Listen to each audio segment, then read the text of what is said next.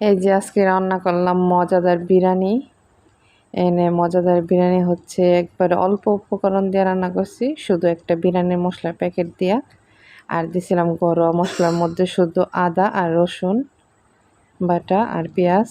আর আমি শুধু রাঁধুনি একটা বিরিয়ানি মশলা প্যাকেট দিয়ে 1 কেজি চালের বিরিয়ানি রান্না করছি। আর দিয়ে দিছিলাম কয়টা ম্যাজিক মশলা। প্রথমে আমি মুরগিতে দিছি 3টা ম্যাজিক মশলা আর অর্ধেক বিরিয়ানি মশলা দিয়ে মুরগিটা রান্না করে নিছি। আর আমি চালে দিয়ে দিছি 2টা ম্যাজিক মশলা, আর যে হাফ মশলা ছিল বিরিয়ানির ওইটুক দিয়ে দিছি। চাউলটা সুন্দর করে ভেজে নিছি, নিয়ে রান্না করার যে মুরগি মাংসটুকু আছে এটা দিয়ে দিলাম, দিয়ে ফুটায় নিলেই এই তো রেডি। আর এখানে হইতেছে আমার হেল্পার, মানে আমার হাজব্যান্ড নতুন হেল্পার আসছে, সালাদ বানাইছে, এই তো রেডি বিরিয়ানি।